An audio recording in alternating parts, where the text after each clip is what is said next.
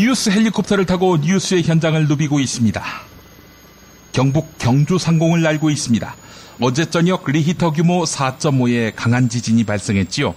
정확히 일주일 만에, 그것도 같은 시간에 말입니다. 하지만 안타깝게도 정부의 어처구니 없는 대응 또한 정확히 일주일 전과 다르지 않았습니다. 재난 문자는 오히려 지난주보다 더 늦게 지진이 발생한 후 이미 사태가 다 끝날 시점에야 발송됐습니다. 국민안전처 홈페이지는 또 먹통이 됐습니다. 야간 자율학습을 하던 학생들은 운동장으로 뛰어나오고 주민들도 아파트와 건물 밖으로 대피했습니다. 다수 전문가들은 어제 지진이 여진이 아닌 전진일 가능성을 제기했습니다. 그러니까 더 강한 지진을 예고하는 전조 증상일 수 있다는 것입니다. 따지고 보니 한국의 국민안전처는 여진이든 전진이든 사태 수습하기 전부터 탈진이었네요. 전남 나주시에 있는 한국전력공사 한전 본사 상공을 날고 있습니다. 한전의 임원들이 성과급 잔치를 벌이고 있습니다. 모두 3,600억 규모입니다. 지난 휴가철에는 샌프란시스코로 단체 연수를 떠났고 올해 초에는 2조 원에 가까운 돈을 주주들에게 배당하기도 했습니다. 이 돈 다 어디서 나온 걸까요?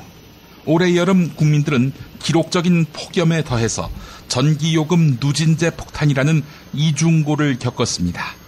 8월 한 달 동안 거친 주택용 전기료만 1조 원이 넘었습니다. 한전은 이런 식으로 지난해에는 11조 원을 벌었습니다. 이런 추세라면 올해 영업이익은 13조를 넘을 것으로 추정됩니다. 국민을 이렇게 기만하고도 과연 공기업이 온전할 수 있을까요? 간 큰 한전, 한국전력공사가 아니라 한국담력공사로 이름을 바꿔도 되겠습니다. 서울 여의도 국회 상공을 날고 있습니다. 오늘 아침 한겨레가 미르재단과 K스포츠재단의 의혹을 보도했습니다. 정체도 불분명한 이 재단에 기업들이 무려 800억을 출연한 것입니다. 여기에는 비선 실세인 최태민 씨의 딸 최순실과 떠오르는 실세 청와대 안종범 정책조정수석이 연루됐다는 의혹이 있습니다. 권력형 비리로 의심됩니다. 정의당 노회찬 원내대표는 의혹이 사실로 밝혀지면 박근혜 대통령은 탄핵감이라고 이야기했습니다. 박근혜 대통령이 배신자를 가장 싫어한다고 하는데 끝까지 곁에서 충성하는 박근혜식 의리의 표본은 다름 아닌 사기꾼 최태민과 그의 딸 최순실이었네요. 참 요지경입니다. 자, 저는 광고 듣는 사이에 앵커석으로 자리를 옮기겠습니다.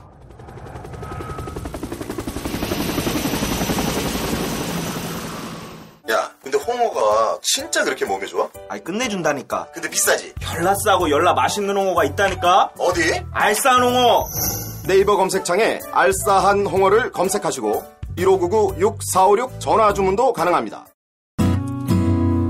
중고차 거래하면 일이 술술 잘 풀리는 조광래 중고차 1800-9538 고맙습니다.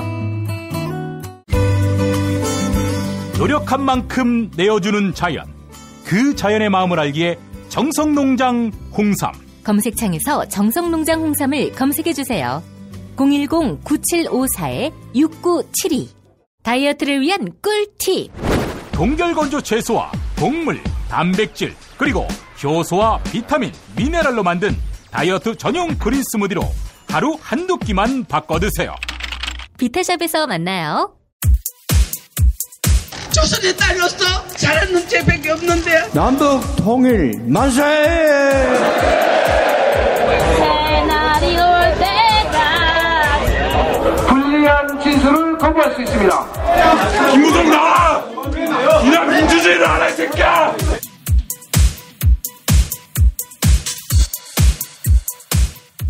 뉴스는 현장이다로 이어갑니다. 미르재단과 K스포츠재단 의문투성입니다. 애초에 재단 설립의 목적은커녕 하는 일이 무언지도 알려진 바가 없지요. 하지만 의문에 쌓인 미르재단과 K스포츠재단에 기업들은 무려 800억을 추견했습니다. 당연히 권력형 비리로 의심하지 않을 수 없습니다. 최태민에 따르면서 비선 실세인 최순실과 떠오르는 정권 실세 청와대 안종범 정책조정수석, 이 두 사람이 두 재단의 설립과 운영에 개입한 정황이 드러났습니다. 다음 주부터 열리는 국정감사에서 진상을 규명하겠다, 이렇게 다짐하는 더불어민주당 교육문화위원회 소속 국회의원들이 기자회견을 열었습니다. 들어보실까요? 행정부를 감시하고 견제하는 것은 입법부인 국회의 고유 권한이자 국민이 부여한 의무입니다. 그런데 9월 26일부터 진행되는 20대 국회 첫 번째 국정감사를 앞두고 새누리당은 교육문화체육관광위원회에서 재단법인 미르와 재단법인 K스포츠 관련 핵심 증인들의 채택을 거부하고 있습니다. 미르재단과 K스포츠재단은 문화체육관광부의 특혜로 설립 과정에서부터 유례 없이 단 이틀 만에 신청과 허가가 진행되었으며, 더욱이 법인 설립에 필수적인 창립총회 회의록 등이 토시 하나까지 거의 똑같은 것으로 나타났고, 이마저도 허위로 조작되었다는 사실이 언론에 의해 낱낱이 밝혀졌습니다. 특히 과거 오금비리의 하나인 전두환 정권의 일례재단은 재벌들로부터 강제적으로 598억 원을 걷어들이는데 4년이나 걸렸는데, 미르재단은 30대 기업이 단 2일 만에, K스포츠재단은 보름 만에 약 800억 원에 이르는 막대한 자금을 출연하기로 약정하게 했으며, 실제 모금에는 2달이 채 걸리지도 않았습니다. 대내적으로 경제 여건이 어려워 자신들이 운영하는 공익재단에 대한 기부도 줄이고 있는 상황에서 기업들이 약 800억 원에 이르는 막대한 자금을 단기간에 자발적으로 출연했다는 것은 상식적으로 도저히 이해할 수 없는 일입니다. 언론에서는 정경련과 대기업을 움직여 출연금을 모집한 당사자로 안종범 청와대 수석을 지목하고 있습니다. 급기야 오늘은 박근혜 대통령의 비선 실세라고 하는 최순실 씨가 K스포츠재단 이사장 자리에 자신의 단골 스포츠 마사지 센터 원장을 앉히는 등 재단의 설립과 운영에 깊숙이 개입했다는 정황이 드러났습니다. 일개 민간단체의 설립 및 운영과 출연금 모집에 대통령의 비선 실세, 청와대 수석, 문화체육관광부가 동원되었다면 이는 권력형 비리가 아니고 무엇이겠습니까? 따라서 미르재단과 K스포츠재단의 설립 과정과 출연금 모집, 그 배후와 실체는 이번 국정감사에서 반드시 규명되어야 할 사항입니다. 그럼에도 불구하고 이와 관련된 증인들을 단 한 명도 채택할 수 없다는 새누리당의 행태는 행정부를 감시하고 견제하는 입법부의 일원임을 스스로 포기하는 것이라 할 것입니다. 더군다나 더불어민주당과 국민의당이 증인 협상 과정에서 미르와 K스포츠재단 관련 증인들을 핵심들로만 최소화했음에도 불구하고 이마저도 채택할 수 없다는 새누리당을 보면서 과연 국정감사를 정상적으로 진행할 의사가 있기나 한 것인지 묻지 않을 수 없습니다. 이에 교육문화체육관광위원회 더불어민주당 의원 1동은 미르와 K스포츠재단에 대한 국민적 의혹 해소와 정상적인 국정감사 진행을 위해 관련 증인 채택에 있어 새누리당의 전향적인 자세 변화를 강력히 촉구하며, 만약 끝까지 증인 채택을 거부해 국정감사를 파행으로 몰고 간다면 이후 벌어질 모든 사태의 책임은 새누리당에 있음을 분명히 경고하는 바입니다. 우병우 청와대 민정수석을 수사하기 위해 검찰 특별수사팀이 꾸려진 지 한 달이 다 돼갑니다. 수사가 진행되면 노무현 전 대통령 수사 때처럼 그 내용을 바로바로 언론에 흘리던 검찰. 이번에는 가타부타 말이 없습니다. 애초에 검찰이 우병우 민정수석을 수사하기란 불가능했지요. 우병우 수석은 사정기관을 꽉 잡고 있는 것으로 알려졌습니다. 그래서 더불어민주당 원혜영 의원은 황교안 총리에게 이렇게 요구했습니다. 박근혜 대통령에게 우병우 수석의 해임을 건의하라. 이렇게 말입니다. 황교안 총리의 뻔한 답변까지 들어보시죠. 박근혜 대통령은 청와대 주변에서 불미스러운 일들이 있을 때마다 국기문란이라는 권위주의적 용어를 동원해서 사태를 호도해 왔습니다. 그러나 진짜 문제는 대통령 눈에만 보이는 국기문란이 아니라 온 국민의 눈에 보이는 국정문란이라는 점을 말씀드리고자 합니다. 이 국정문란의 중심에 우병우 정무 민정수석이 있습니다. 검찰 수사를 지켜보자는 뻔한 말로 국민을 우롱해서는 안 됩니다. 검찰을 컨트롤하는 위치에 있는 권력 실세가 그 직을 유지한 채로 검찰 수사를 받는 일이 세상 어느 나라에 존재합니까? 의혹이 있으면 당연히 사퇴한 상태에서 검찰 수사를 받게 하고 문제가 없으면 재기용하면 될 일입니다. 특별감찰관의 사무실을 낱낱이 털어 모든 자료를 압수해간 검찰이 정작 우수석의 집과 사무실은 문고리조차 잡아보지 못했다고 합니다. 정녕 이 나라는 법 위에 문고리가 존재하는 나라입니까? 본말이 전도되고 법치의 근간이 흔들리고 있습니다. 비정상의 정상화를 부르짖던 대통령이 스스로 만든 특별감찰관 제도까지 무력화시켜가면서 정상의 비정상화를 조장하고 있습니다. 총리께 묻겠습니다. 검찰 조직을 직접 통제할 수 있는 위치에 있는 민정수석이 그 직을 유지한 채로 검찰 수사를 받는 일이 법과 상식에 맞습니까?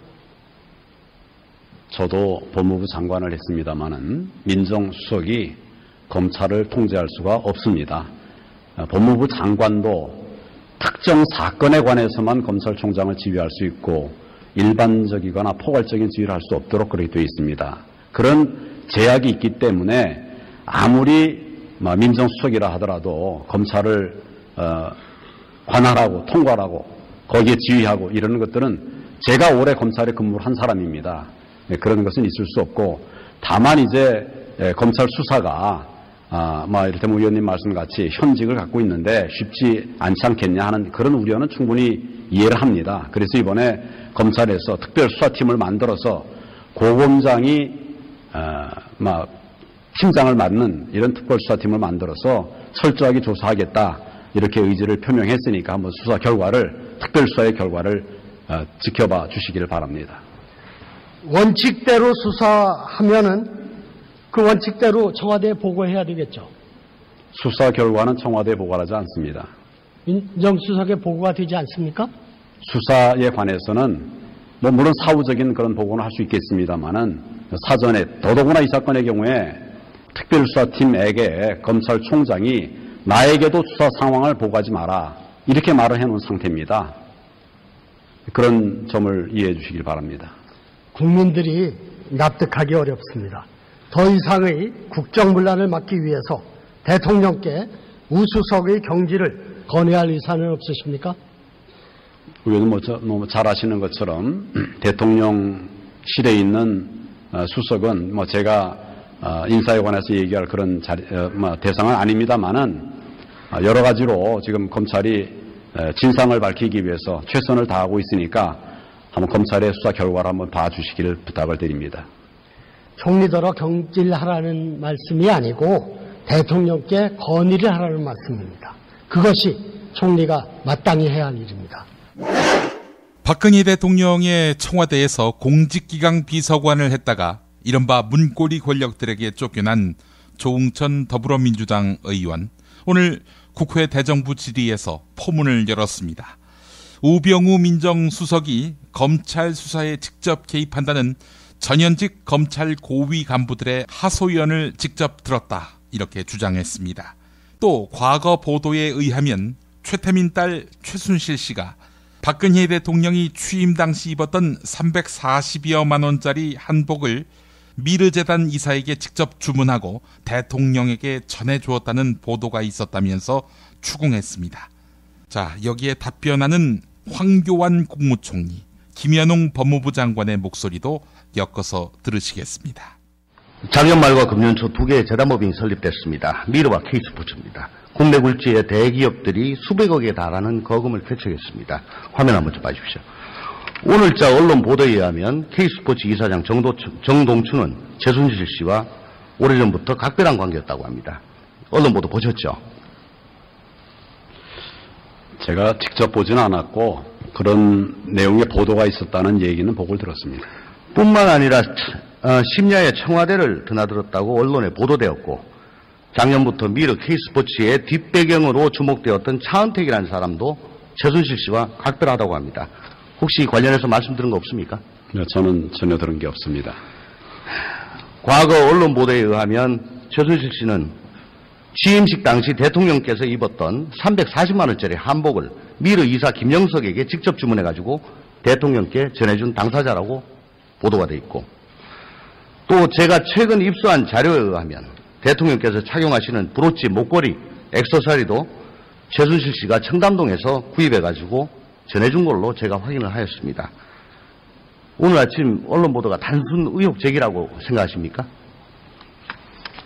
전혀 제가 들어보지 못한 이야기입니다. 그 부분에 관해서 제가 말씀드리는 것은 지금 제한되어 있습니다. 예. 우석은 온갖 의혹이 제기되는데도 도저히 수긍할 수 없는 이유로 사퇴를 거부합니다. 이번 추석 민심은 왜 그런지 도저히 납득이 안 간다는 것입니다. 그런데 우병우 수석의 민정비서관 발탁, 멀리는 윤 전추 행정관의 청와대 입성도 최순실 씨와의 인연이 작용한 것이라는 얘기가 있습니다. 근거 없는 의혹 제기입니까? 저로서는 전혀 모르는 내용입니다. 예, 수고하셨습니다. 이건 본 의원이 직접 들은 전현직 검찰 고위간부들의 하소연입니다. 민정수석이 검찰 수사에 직접 개입하고 있다는 얘기입니다. 이런 얘기 들어보신 적 있습니까? 들어보지 못했습니다. 못하셨습니까? 네. 그리고 청와대에 근무하는 소위 3인방과 가까운 법무부에 근무하는 부장 검사가 3인방의 인사청탁 심부름을 하고 이 정부 법무장관들도 그 부장만 따로 불러가지고 청와대 기류를 전해 듣고 했다고 합니다. 제가 직접 들은 얘기입니다. 이 정부 법무부 장관은 지금 장관님 또 저기 앉아 계신 총리 딱 두 분이시니까 어떻게 전혀 그런 사실이 없습니다. 알겠습니다. 국감 때 계속 여쭙겠습니다.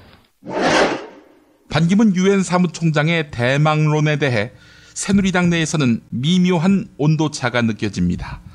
친박계 지도부는 노골적으로 반기문 총장을 환영하며 러브콜을 보내고 있는 반면 비박계 의원들은 어이없다는 반응입니다. 은근히 반기문 총장을 새누리당 대선 주자로 추대하려는 움직임에 노골적인 반감을 드러내고 있습니다. YTN 라디오 신율의 출발 새 아침에 출연한 새누리당 비박계 김성태 의원은 경선을 통해 반기문 총장을 검증하자 이렇게 이야기했습니다. 인터뷰 내용 들어보시겠습니다. 대선 출마라고 해도 환영할 수 있다 이 말씀이시군요. 저는 환영해야 된다고 봅니다. 예. 근데 김무성 전 대표는 주책 좀 그만 떨라고 그러던데요. 김무성 전 당대표로서는 또 그런 입장을 가질 수도 있겠죠. 근데 반 총장이 출마를 하면 새누리당으로 출마할 거라고 보시는 거예요? 지금은 섣부른 예단은 할 수가 없습니다. 그렇지만은 새누리당은 공당이자 집권 여당이거든요. 예. 그런 측면에서 반기문 유엔 총장께서 지금까지 쭉 애교관으로서 걸어온 길을 볼 때 사실상 야당이 주장하는 그런 정치 노선과 함께하기는 상당히 어렵지 않겠냐. 그렇다면은 새누리당과 할 수밖에 없을 것이라는 그런 판단이죠. 그렇군요. 예. 근데 지금 사실 만일 반 총장이 새누리당에 입당하게 되면은 김무성 전 대표의 입지는 좁아지는 거 아니에요? 그러니까 친박들한테 주책 좀 그만 떨라 그러는 거 아닙니까? 저는 그렇습니다. 그러니까 이 반기문 유엔 총장이 우리 새누리당에 이렇게 발을 딛는 부분은 상당히 조심스러울 거예요. 그렇기 때문에 너무 강요해서도 안 되고 또 그분에게 너무 큰 부담을 지어줘서도 안 되는 것이죠.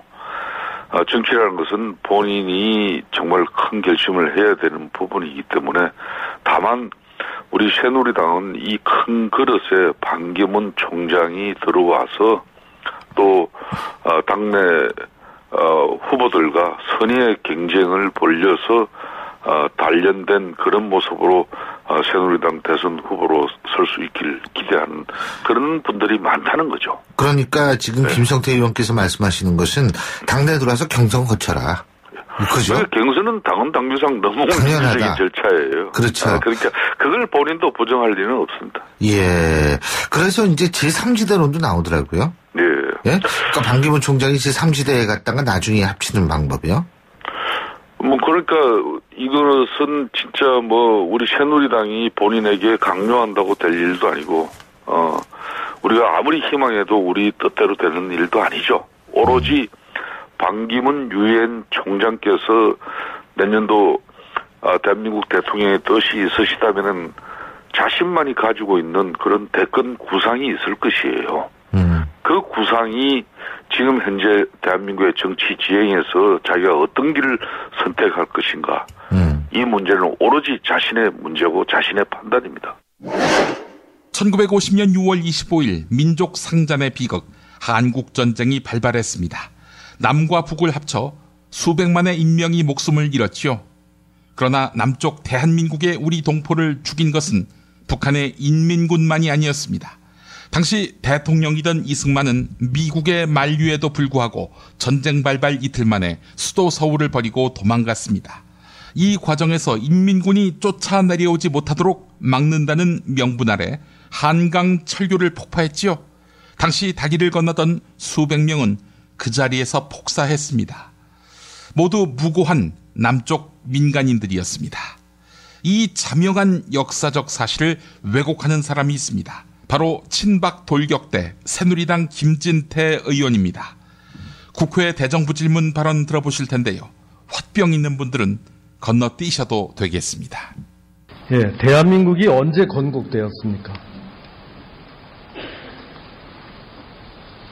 여러 가지 이야기들이 있습니다만은 건국절 문제에 관한 검토는 우리 국가의 자부심을 고취하는 이런 방향에서 검토가 돼야 되지 않느냐 이런 생각을 가지고 있습니다.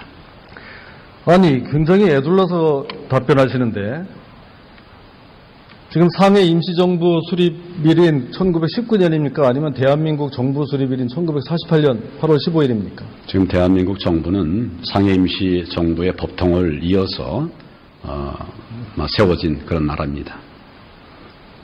이것도 아니고 저것도 아니고 어떻게 그렇게 답변을 하십니까? 상해 임시정부의 국가의 3요소인 국민, 주권, 영토가 있습니까? 임시정부입니다. 그런 부분들이 다 충족되는 과정에 있던 임시정부라는 점입니다. 충족이 됐다고요? 안 됐다고요? 충족해가는 과정에 있는 그런 단계로 평가가 됩니다. 김대중 정부도 1998년에 건국 50주년 기념행사를 했습니다.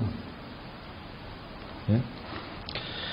그런데 문재인 전 대표가 얼마 전 자신의 SNS에 1948년 8월 15일을 건국절로 해야 한다는 그런 주장은 대한민국 정통성을 스스로 부정하는 얼빠진 주장이라고 했습니다.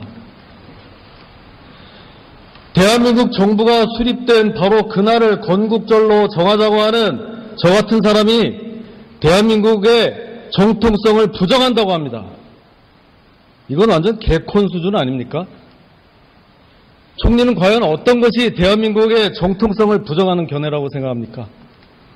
대한민국은 우리 독립운동가들로부터 시작해가지고 어려운 여건 속에서 만들어낸 위대한 나라입니다. 정말 사랑스러운 나라입니다.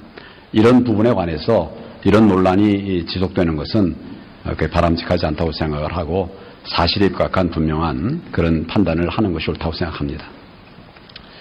예, 총리께서는 이 문제가 워낙 중요한 문제이기 때문에 보다 좀 중심을 잡고 소신껏 대처해 주기를 당부드립니다. 대한민국 건국 대통령 이승만에 대한 재조명이 필요합니다. 저는 80년대 초반에 대학에 들어가 운동권 선배가 준 책을 읽었는데 이승만에 대한 비판을 넘어 거의 저주에 가까운 내용들이었습니다. 그중에 대표적인 것이 이승만이 자신이 먼저 도망쳐놓고 한강 인도교를 폭파시킨 아주 비열한 인물로 묘사해 놓은 것이었습니다. 저도 처음에는 그 말을 믿고 비분간개했었습니다. 그런데 살면서 철이 들어보니까 좌익 운동권이 하는 말 중에 거짓이 아닌 게 없었습니다. 다시 생각해봤습니다. 수도 서울이 1950년 6월 28일 적에게 함락되는데 이 대통령은 그 하루 전날 27일 피난합니다. 오히려 늦은 겁니다. 국민을 그대로 두고 혼자만 도망갔다? 그럼 그 상황에서 국군 통수권자가 서울에 머물다 인민군의 포로가 되어야 한단 말입니까? 만약 그때 이승만 대통령이 적에게 생포됐다면 지금 대한민국은 없습니다. 그럼 그건 도대체 누구의 시각입니까? 그때 이승만이 도망가지 않았으면 적화 통일이 될 수 있었는데 아깝다고 하는 겁니까? 이승만이 한강 인도교를 폭파했다고요? 한강 인도교를 폭파한 건 이승만이 아닙니다. 적군이 서울에 진입하면 2시간 이내에 한강 다리를 폭파하기로 사전 작전 계획이 되어 있었던 거고 거기에 따라서 육군 참모총장이 지시한 것으로 밝혀졌습니다. 만약 그때 한강 인도교를 폭파하지 않았으면 적의 탱크가 파죽지서로 밀고 내려와 우리는 전쟁에서 지고 말았을 겁니다. 영화 인천 상륙작전을 보셨습니까? 메가더 장군이 중부전선을 시찰하면서 참호 속의 소년과 대화를 나눌 시간도 없었을 거며 미군과 유엔군이 참전을 결정할 기회도 갖지 못했을 겁니다. 오히려 1950년 8월 14일 무초 당시 주한 미대사는 정부를 제주도로 옮길 것을 건의합니다. 이승만 대통령은 권총을 뽑아들고 그럴 바엔 자결하겠다고까지 했습니다. 이에 반해서 김일성은 어떻게 했습니까? 국군이 평양을 함락하기 이미 일주일 전 도망갔습니다. 그 이후 행적이 묘연하다고 하는데 정황상 만주로 갔을 가능성이 굉장히 높습니다. 자녀들인 김정일, 김경희는 미리 만주에 피신시켜놨습니다. 그런데 좌파들은 모든 거짓 선동을 이승만에게 집중하고 있습니다. 왜냐? 대한민국의 정통성을 부정하기 위해서입니다. 누란의 위기에 있던 민족을 이끌어 나라를 굳건히 세우고 한미동맹을 맺어 그 이후 60여 년 동안 이 땅에 전쟁이 없게 한 위대한 지도자는 지하에서 통곡합니다. 역사를 바로 알아야 합니다. 경청해 주셔서 감사합니다.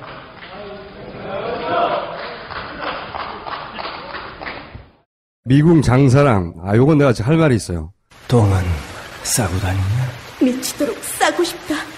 빅동의 추억. 미궁 장사랑! 구렁이 똥 이뻤다. 장이 살아야 내 몸이 산다. 혈중 콜레스테롤 개선과 배변 활동에 도움을 주는 건강기능식품입니다. 빅동의 추억. 미궁 장사랑. 지금 검색창에 미궁 장사랑을 검색하세요. 이건 제가 써보니까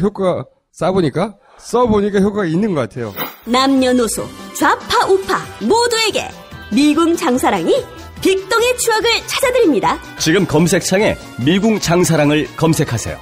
엄마, 나 가게 안 하고 싶은데. 너 가게 해봤니? 너 음식 만들어봤니? 인테리어는? 집기는? 일할 사람은? 운영은? 가게 자리는? 세금은? 너 돈이 있니? 나는 요술램프 몬스터 셰프다. 네가 원하는 모든 것을 들어주마. 맛집의 맛을 똑같이 만들어줄 수 있어요? 맛뿐만 아니라 돈과 청음의 모든 비법을 알려주겠노라. 야하! 이젠 걱정 고민 끝! 네이버 검색창에 몬스터 셰프라고 쳐주세요. 상담 문의 02-458-8838 몬스터 셰프. 가장 싸게 안전하게 문자 발송 서비스의 지존 다이렉트 SMS.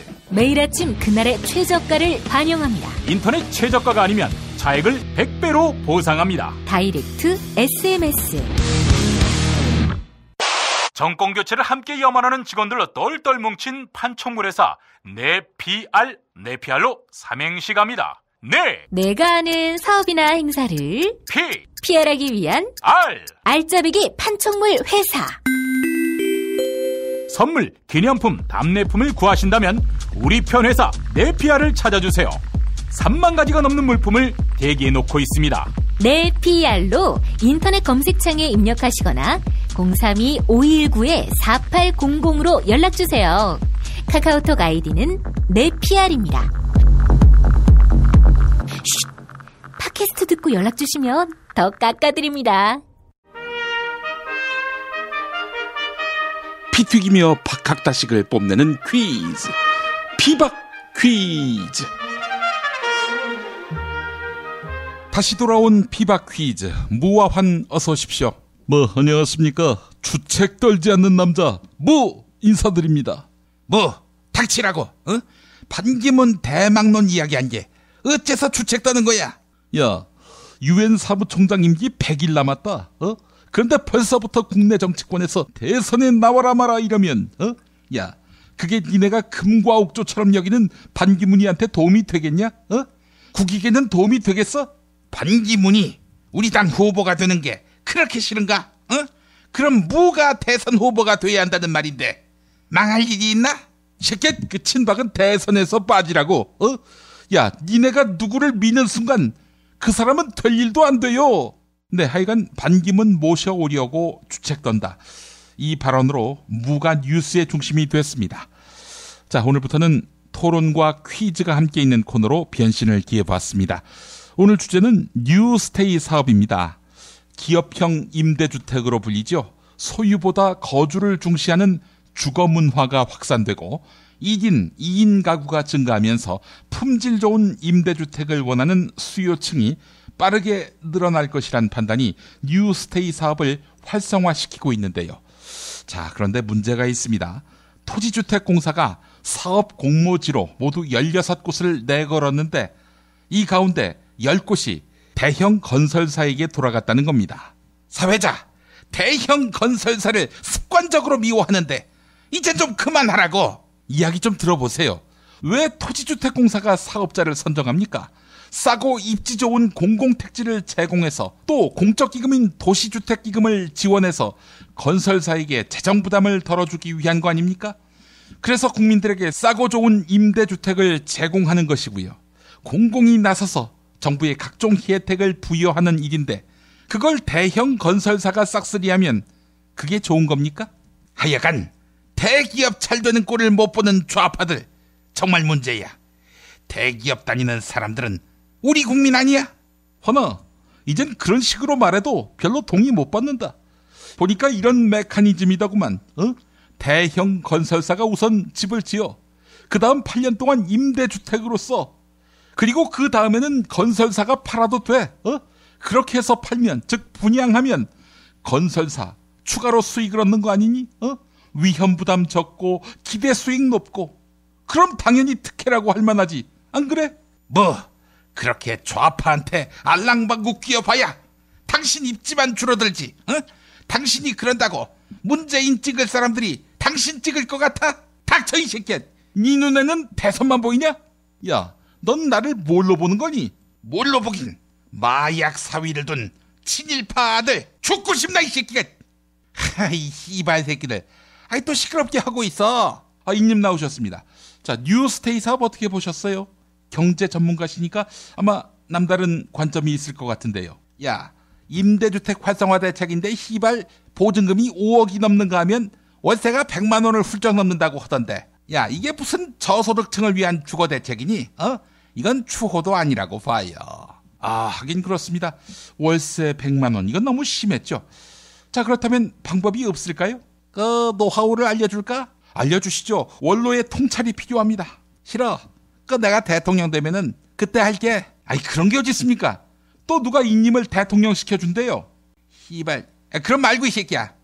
영감님, 누구도 영감님을 구세주로 생각하지 않아요. 제발 정신 좀 차리세요. 이 영감님이야말로 정치판에 너무 오래 계시네. 너무 오래 스테이 하셔. 올드 스테이 하시는 영감님. 이 씨발 새끼들 죽으려고. 주거 정책을 바꿔야 한다고 봐요. 이 나라 대한민국의 주택 보급률이 100%가 넘은 거 다 알지? 2010년부터. 정상적이라면 국민들이 가구당 집 한 채씩 다 갖고 있어야지. 안 그래? 근데 집이 없어서 투기꾼들이 농간을 피우는 거 아니야. 야, 이게 말이 되냐? 그렇다면 방법이 뭐가 있을까요? 그 두테르테처럼 투기꾼들 다 총살시켜야지. 그 진심이십니까? 뻥이지, 이 새끼야. 그 일단 여러 채 집 가진 사람들, 무엇보다도 투기 목적이 있는 사람들을 상대로 그 집을 싸게 또 급히 팔지 않으면 시발 거덜내버리겠다. 이러면서 말이지. 그럼에도 불구하고 안 판다? 그러면 시발 그 안 파는 새끼 집 주변에 이해찬이 집 근처처럼 돼지똥을 확 뿌려버리는 거지. 냄새 때문에 못 살게. 그렇다면 주택 문제 해결된다고 봐요.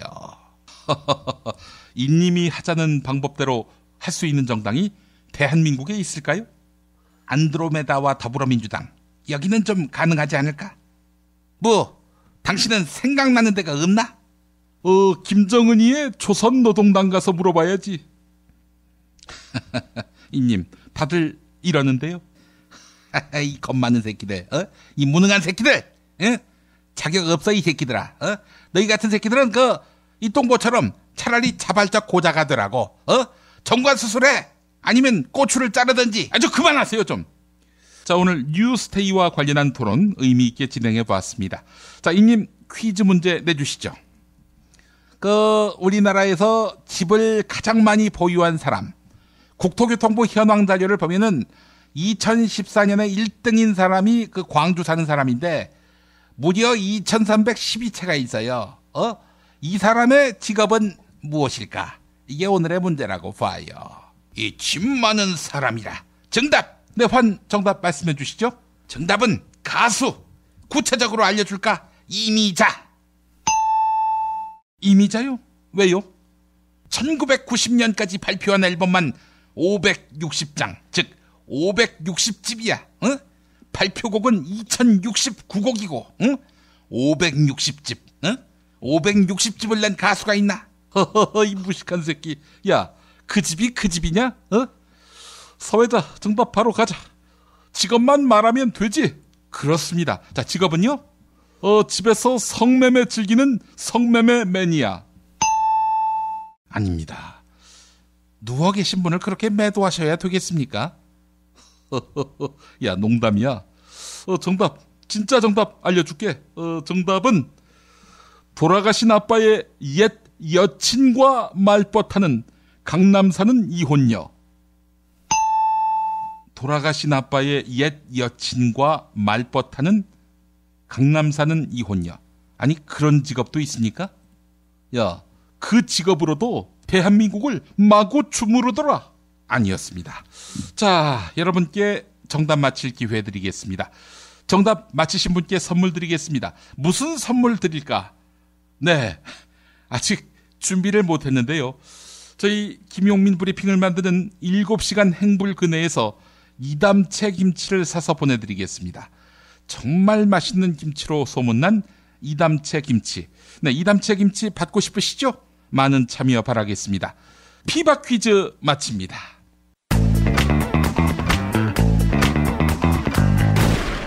박근혜 왜 저러지? 문재인, 김무성, 안철수는 또 왜 저러지? 뉴스로는 알 수 없는 진짜 정치 현장 이야기. 한겨레 정치팀 기자들이 취재 수첩을 낱낱이 공개합니다. 본격 정치관찰 팟캐스트. 언니가 보고 있다. 팟빵에서 언니를 검색하세요. 한겨레 정치바와 함께하는 정치 한 건에 써. 한겨레 정치팀 정치바의 김태규 기자 만나겠습니다. 김태규 기자님. 예, 안녕하세요. 예, 정치권은 오늘 한겨레 특종 때문에 그야말로 일파만파였습니다. K스포츠 재단인가요? 그렇습니다. 예. 최태민 딸 정윤회 전처 최순실 씨가 개입된 것으로 드러났는데, 이 특종 어떻게 잡으시게 된 겁니까, 이게? 예, 저희가 미르 관련된 얘기가 있었죠. 미르 재단이 K스포츠 재단과 상당히 이제 유사한 사례인데, 예. 일단 그 보도를 시작으로 뭔가 좀 심상치 않은 이제 기운을 느꼈고, 예. 그래서 편집국에서 특별 취재팀을 구성해서 몇 주 취재를 했습니다. 몇 주 취재를 해서 미르에 이어서 K스포츠 재단에 최순실 씨가 개입을 했다. 이 사실까지 이제 확인이 된 건데요. 간략하게 내용을 좀 정리를 좀 해보겠습니다. 이 K스포츠 재단은 올해 1월 13일에 설립이 됐죠. 그리고 창조 문화와 창조 경제에 기여하겠다는 이제 원대한 포부를 내세웠는데 여기 이 재단의 이사장이 누구냐면 정동춘 씨라고 최순실 씨가 다니는 단골 스포츠 마사지 센터의 원장입니다. 운동하는 운동선수들의 어떤 그 마사지라든지 물리치료 이 부분에서는 강남 쪽에서는 좀 이름이 이제 난 센터라고 하는데. 그래요? 예. 그래서 재단을 만들었는데 이 재단 설립부터 모금, 운영 이런 게 다 상당히 좀 의욕투성인데요. 문화체육관광부에 1월 12일에 이 K스포츠 설립 신청서를 냈습니다. 그러면 보통 허가가 나려면은 일주일에서 한 길게는 한 수십 일 정도 걸리는데 K스포츠는 1월 12일에 들어간 신청이 13일에 바로 허가증이 나왔습니다. 하루 만에. 매우 이제 이례적인 일이고요. 이건 이제 미르도 이제 비슷한데요. 미르는 문화라는 매개를 가지고 이제 공익사업을 벌이겠다는 그 재단인데, 거기도, 작년에 신청을 하고 하루 만에 허가증이 나오고, 2015년 10월 27일에 허가증이 나오고, 더 놀라운 건 허가증이 나온 당일날 현판식까지 끝냈습니다. 그러니까 이미 지금 나오기로 다 작업이 돼 있고, 다 착착 진행이 됐다, 이렇게 이제 볼 수 있을 것 같은데요.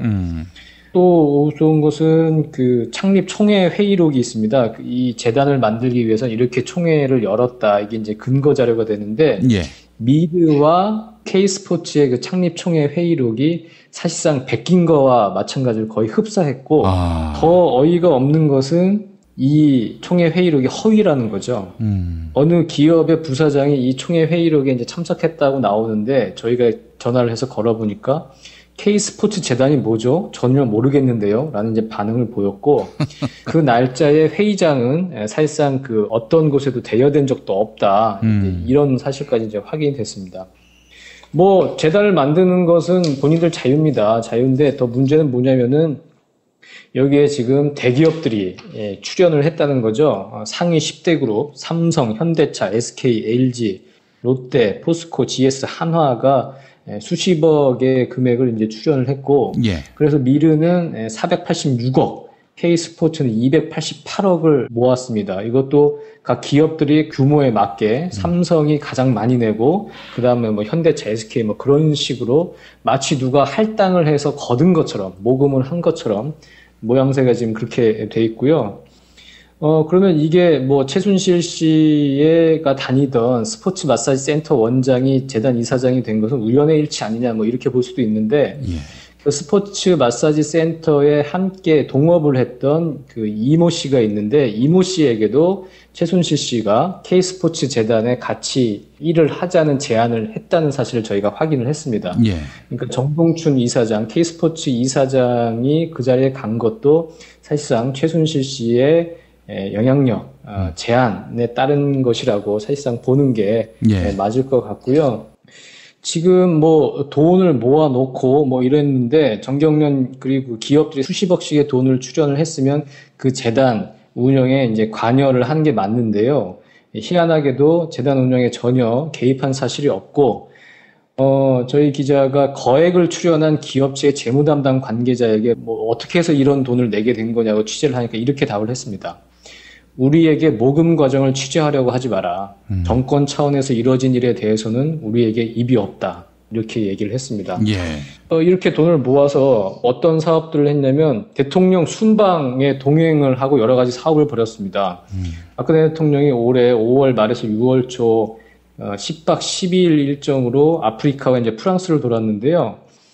그 프랑스에서 이제 한불 융합요리 시식 행사가 열렸는데 여기 미르 재단이 이 시식회를 이제 주관을 했고, 제가 이 뉴스 브리핑 시간에도 잠깐 말씀드린 것 같은데 아프리카에서 그 쌀 가공품을 주민들에게 보급을 하는 K밀 사업 제가 소개를 해드린 적이 있을 거예요.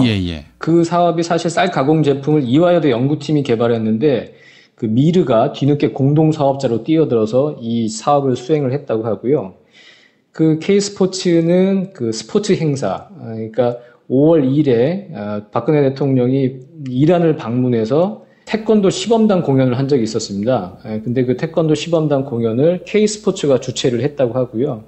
이 시기면은 K스포츠가 1월 중순에 출범했기 때문에 재단이 출범한 지 3개월 만에 대통령 순방 행사를 주최하는 상당히 큰 행사를 이제 주최를 한 거죠. 이걸 보면은 박근혜 대통령과 이 재단과의 어떤 밀접한 관계가 없으면은 이런 행사를 수행하기가 어려웠을 거라는 추측이 이제 가능합니다.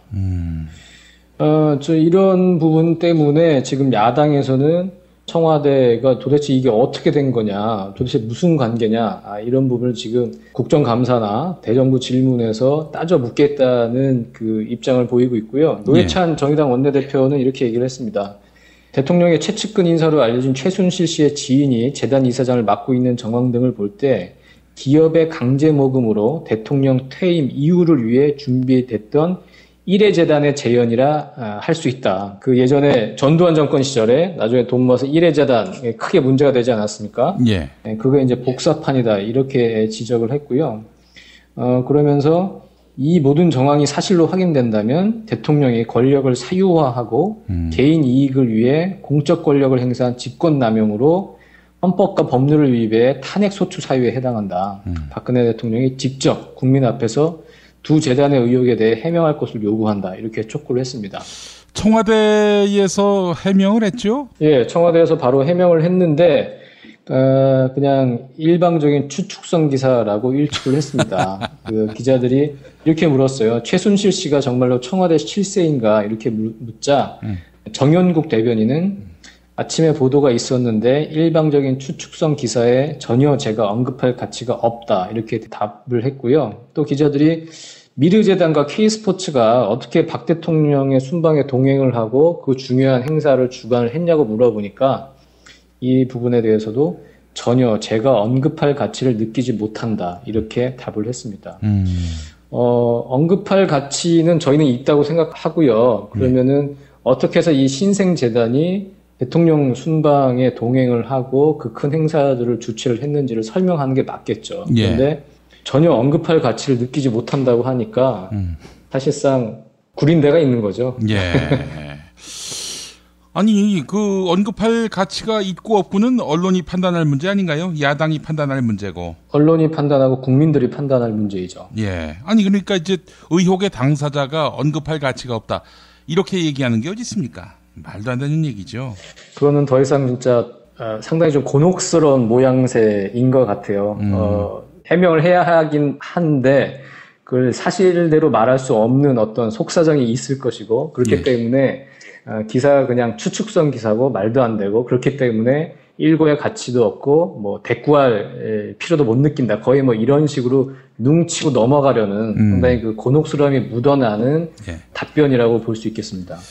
아니, 정말 반박하고 싶다면은 합리적이고 논리적으로 반박을 해야 되는데 무조건 언급할 가치가 없다. 이렇게 하고 그냥 못 본 척, 모른 척. 한두 번 이런 게 아니어서 뭐 하여간 이렇게 넘어가면 된다라고 자기들은 판단하고 있는지는 모르겠지만 이 사안이 정말 심각한 것은 너무나 분명해 보입니다. 합리적, 논리적으로 그 해명이 안 되기 때문에 이렇게 이제 답을 하고 이제 넘어가는 것이고요. 그 예전에 그 정윤회 비선실세 의혹이 있을 때부터 이미 사실은 정윤회가 아니라 최순실이다. 그런 얘기가 오래전부터 나왔거든요. 그렇죠. 그게 이제 임기 말에 돼서 드디어 그 뚝이 조금씩 터지기 시작한 게 아닌가 그런 생각이 드네요. 자, 이와 관련해서 지난번 정윤회 비선실세 문건 파문의 당사자인 조응천 더불어민주당 의원, 이분은 어떤 입장을 표할지 상당히 그 입이 주목됩니다. 그 오늘 국회 대정부 질문에서 국무총리를 상대로 이런저런 이제 의혹을 제기를 했는데 이런 얘기를 했습니다. 박근혜 대통령이 직접 착용하는 팔찌나 브로치 이런 액세서리를 최순실 씨가 청담동에서 구매해서 직접 전달했다고 들었다. 이런 얘기를 했고요. 또 우병우 민정수석 그리고 그 전지현 트레이너로 유명했던 윤전출 씨 있지 않습니까? 청와대에 들어갔던. 그 윤전출 씨도 최순실 씨가 천거했다는 얘기가 있다.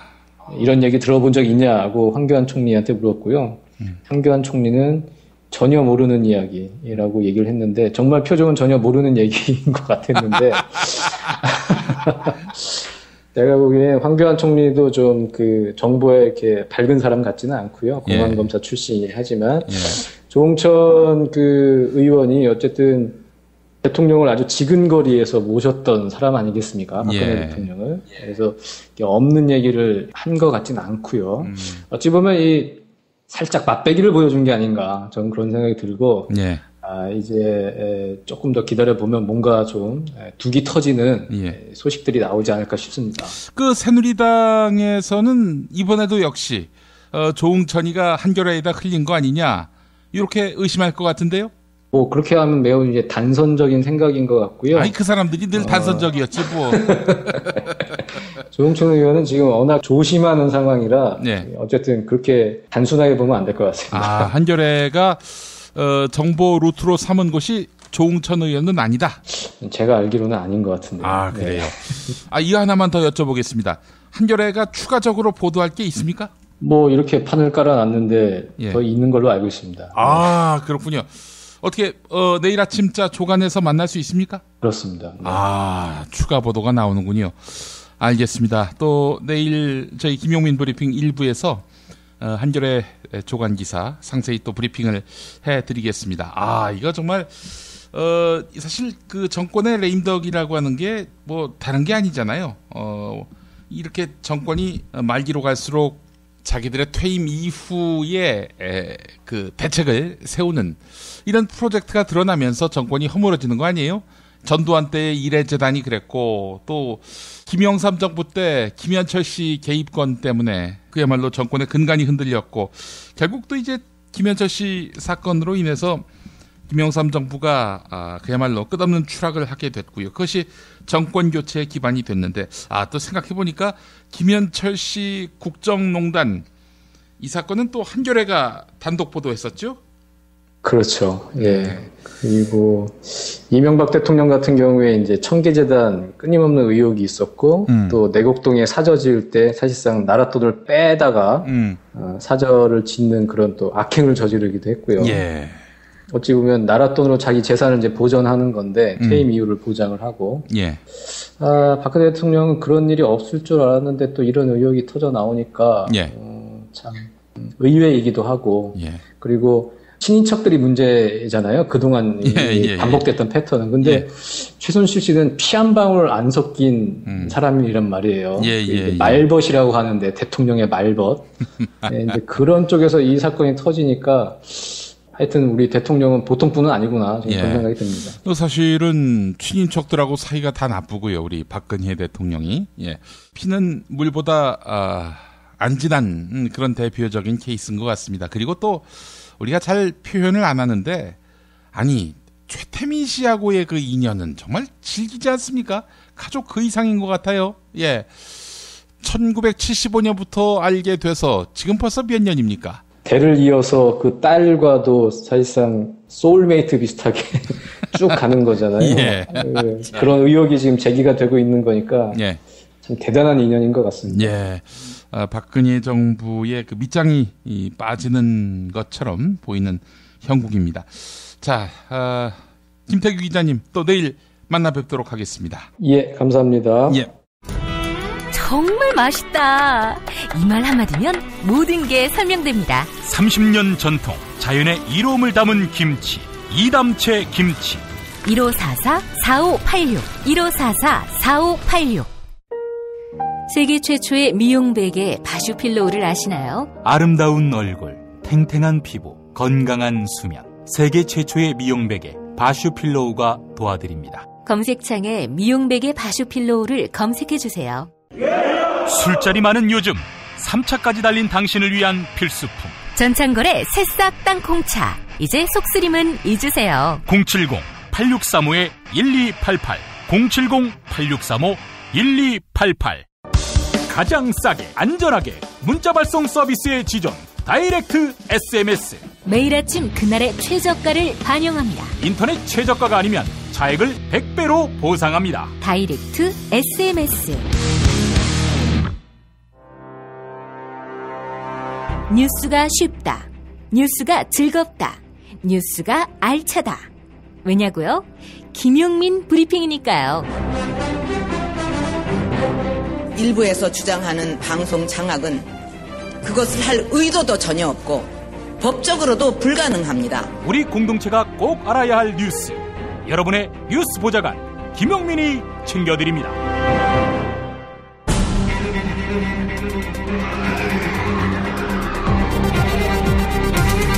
본격 정치 논평.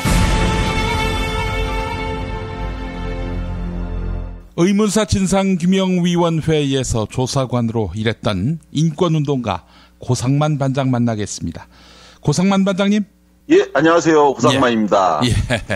자, 추석 연휴 잘 보내셨고요. 예, 잘 보냈습니다. 출연자들이 많아서, 출연자들마다 다 여쭤봅니다. 이번 주간에. 혹시나, 뭐, 별일 없으셨는지, 무탈하셨는지 여쭤보는 차원이니까요. 예. 아니, 고향이 있으세요? 저는 고향이 여기 경기도 판교예요. 그래가지고, 어디를 내려간 적이 없습니다. 여태까지 살면서. 우리 고상만 반장님 한번 출마 경험 있으시죠? 2006년에 한번 경기 도의원 선거에 열린우리당으로 공천받아서 나간 적 있죠. 그때 박근혜 그 커터칼 사건 났을 때 서울, 경기, 인천에서 당시 한나라당 대표였던 박근혜 대표가 경기 광명에 와갖고 서울, 경기, 인천에 출마하는 광역 후보자들, 광역 지역 그 시도의원 출마자들을 모아놓고 축사를 하면서 이런 이야기를 했어요. 그 여기에 오신 분들이 한 분도 빠짐없이 전부 다 당선됐으면 좋겠다라고.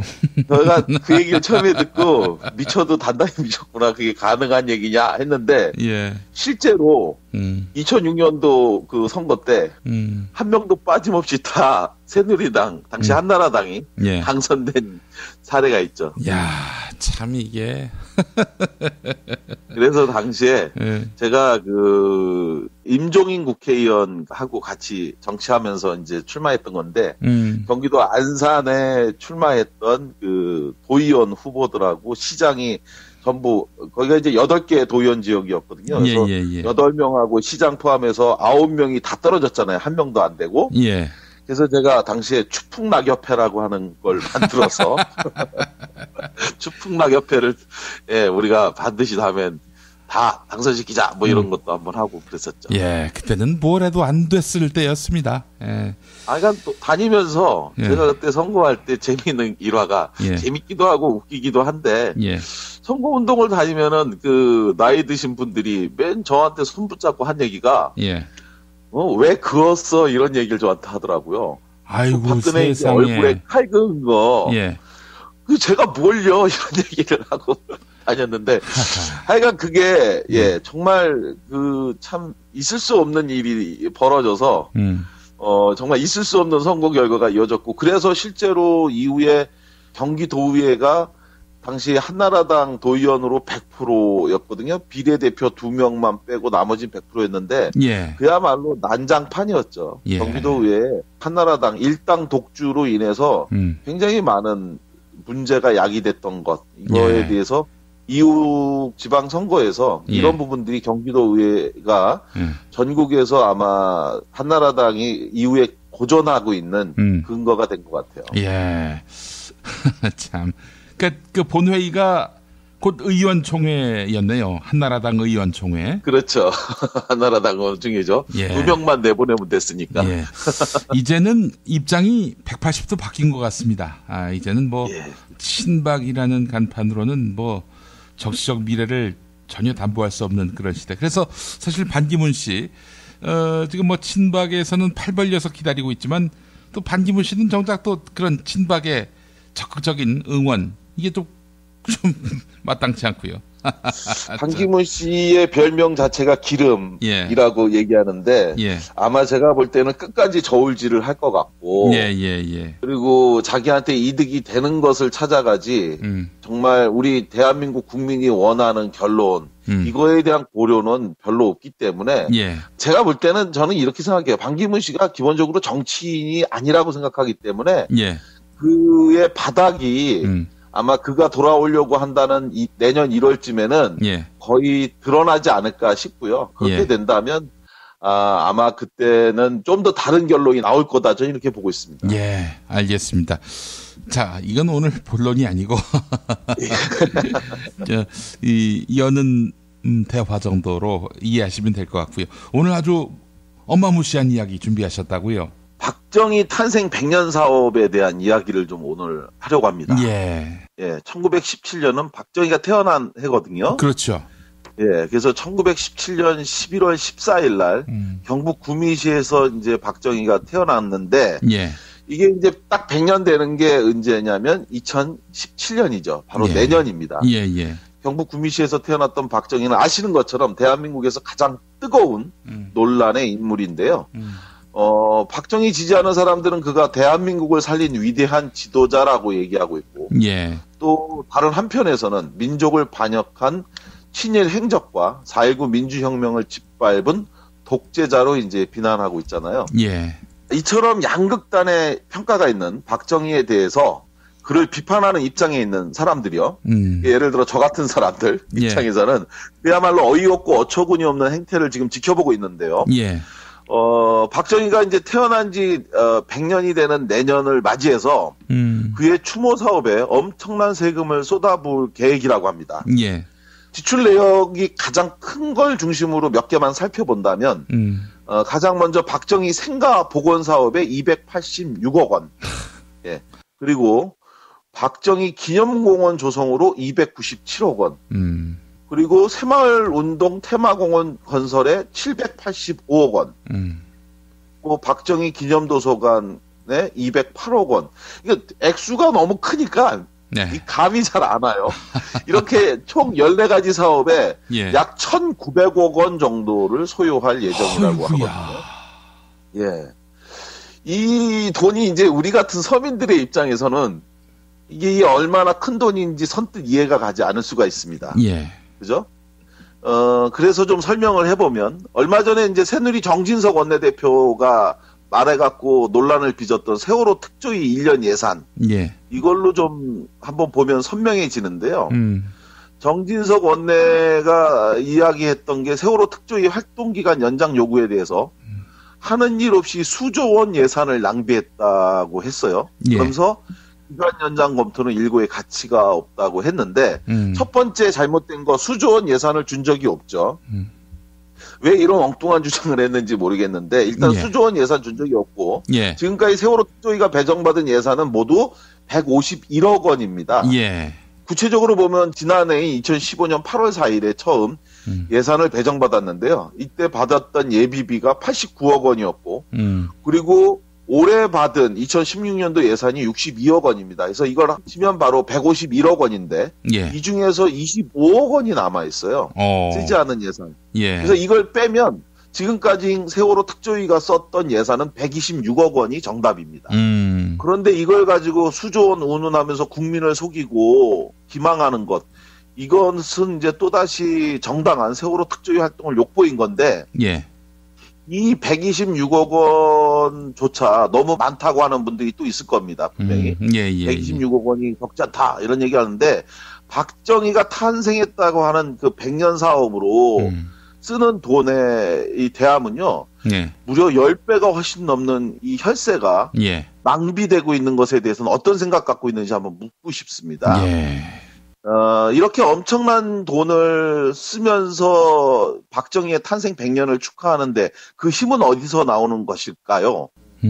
뭐 부인할 수 없죠. 현직 대통령이 그의 딸이라고 하는 점이죠. 그렇죠. 만약에 현직 대통령이 그의 딸이 아니라고 한다면 있을 수 없는 일이고요. 예. 누가 봐도 이거는 아마 어느 정권이건 권력이든 다 막았을 텐데. 예. 자, 이렇게 그 현직 대통령이 박정희의 딸이라고 하는 이 살아있는 권력에 기대보겠다고 하는 얄팍한 이 생각이 각급 자치단체장들에게 이처럼 황당한 혈세 낭비 사업을 이어가도록 하는 건데, 그런데 여기서 더 개탄스러운 일은 뭐냐면 바로 혈세 낭비를 넘어서 이번에는 전국민적 우상화 사업까지 준비하고 있다는 것. 예. 바로 미래창조과학부 우정사업본부가 박정희 탄생 100년을 맞아서 기념우표를 발행한다는 사실입니다.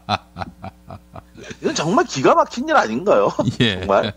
더민주당 신경민 의원이 밝힌 자료에 의하면 예.